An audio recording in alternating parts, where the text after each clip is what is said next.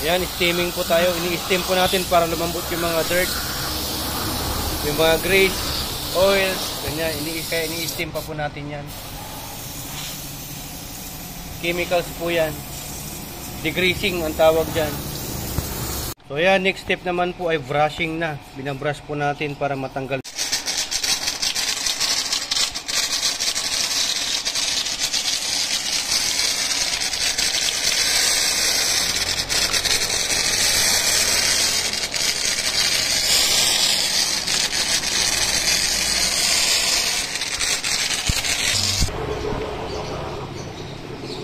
Pag premium wash, kasama po yan. Binabrush natin yan. But we make sure na nakasarado yung ano. Yan. Para hindi pasukan ng tubig. Okay?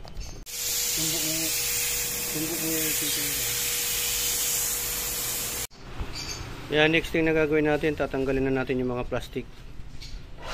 Bublower na natin mga kapatid.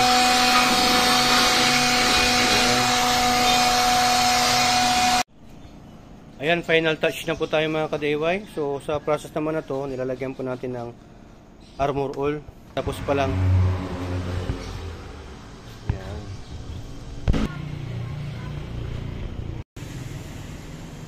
So ayan, okay na to.